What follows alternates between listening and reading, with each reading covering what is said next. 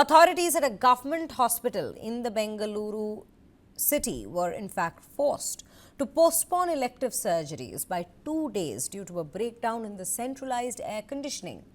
Now, while the hospital usually performs 14 surgeries daily on average, the sudden breakdown of the centralized AC system meant that only 4 surgeries, emergency cases that is, each could be carried out.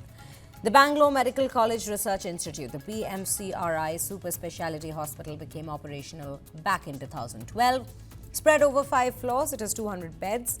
Air conditioning plays a crucial role in the operations. According to Dr. Divya Prakash M, Special Officer, BMCRI, air conditioning broke down due to dysfunction in 3 chillers, which was caused by the voltage fluctuation. Divya Prakash said that the cold weather hindered repair work, which required warm conditions. Number of surgeries was curtailed because of the repair work. Hospital has 4 chillers, one of which broke down a few years ago. Remaining 3 chillers are sufficient for daily operations, according to the hospital authorities. This is the particular detail that we bring to you, ladies and gentlemen. And right now, we have our colleague, Mohammad Wajiullah, joining us on the broadcast to bring us more details. Waji, very good morning to you. Very firstly, you know, when we speak of government hospitals, this is the condition of government hospitals in Karnataka.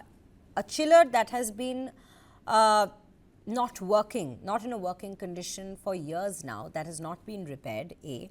And B, we see it comes down to a situation where you have to cut down on your surgeries. And these are not normal surgeries we are talking about. These are not planned surgeries we are talking about, but emergency cases that we are speaking of, which got curtailed because of an air conditioning issue, a fault in the air conditioning system.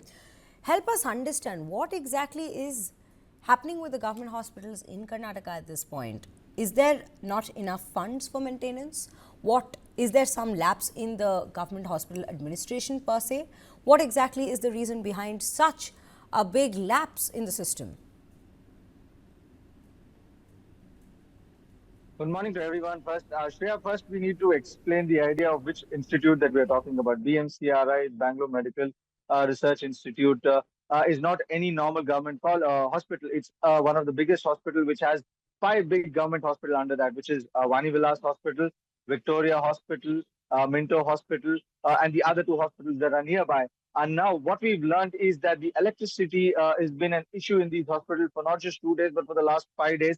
And the AC duct in one of these specialty hospitals have been not working for the last 3-4 days. Now, this has happened because of a motor breakdown, is what the government has told us. But we need to understand that it is a matter of concern because a lot of people throng these hospitals because of it being a government hospital and it being cheap. We've just heard a few days back on how fees was increased in these particular hospital for the maintenance of this. When all that had happened simultaneously, why wasn't this looked into at that particular time? And when the fees were increased, why these issues were not meant?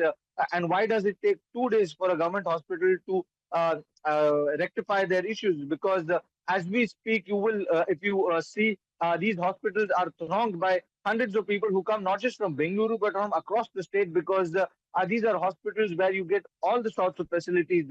If you're getting medicine at MRP prices within these hospitals, you'll get those medicines at 70% discount.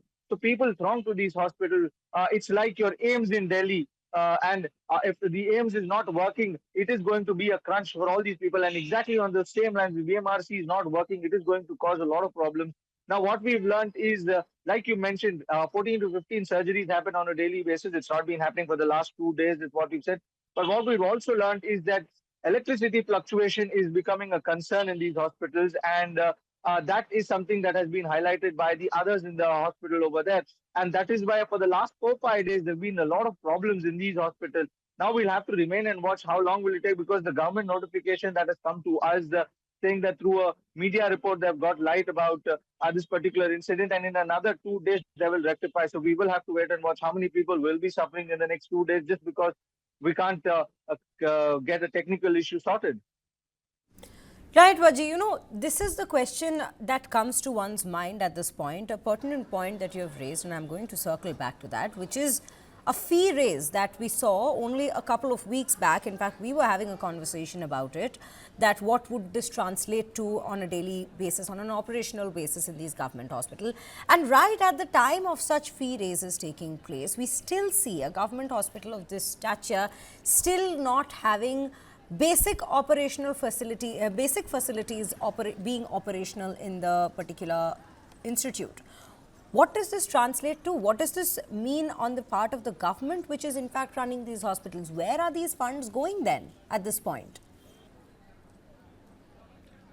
Well, the fee raise that we're talking about has happened last week back, if I remember, and it's just been 2 weeks since that has happened. But those fee raises had happened with the idea of maintaining these hospitals, to making sure that these hospitals do not have any other issue, and to uplift the hospitals' outlook entirely. But now, if we speak, it's been 2 weeks, and if you cannot allot those funds in the repair work of this, and if you're taking a technical glitch which is going to take 5 days, it's something that clearly gives you an idea that there is some sort of laziness, or there is some sort of problem in the command of chain, because the hospitals like this should not have problems for more than a few hours if there is an issue. But if it's prolonging to days, then it is going to impact a lot of people's life. As you can see these visuals, these are not people who will go to a private hospital. These are people who will go to a government hospital. These visuals clearly give you an idea. These hospitals are for those who cannot afford those high private fees that are charged in these hospitals. And if you cannot cater to them, who are the main sector of the population, then it is going to be a loss for not just them. They're going to lose out on their family members if it's going to be an emergency. As we speak, they are saying that they are looking at emergency issues immediately, and only those surgeries are done at this current point of time.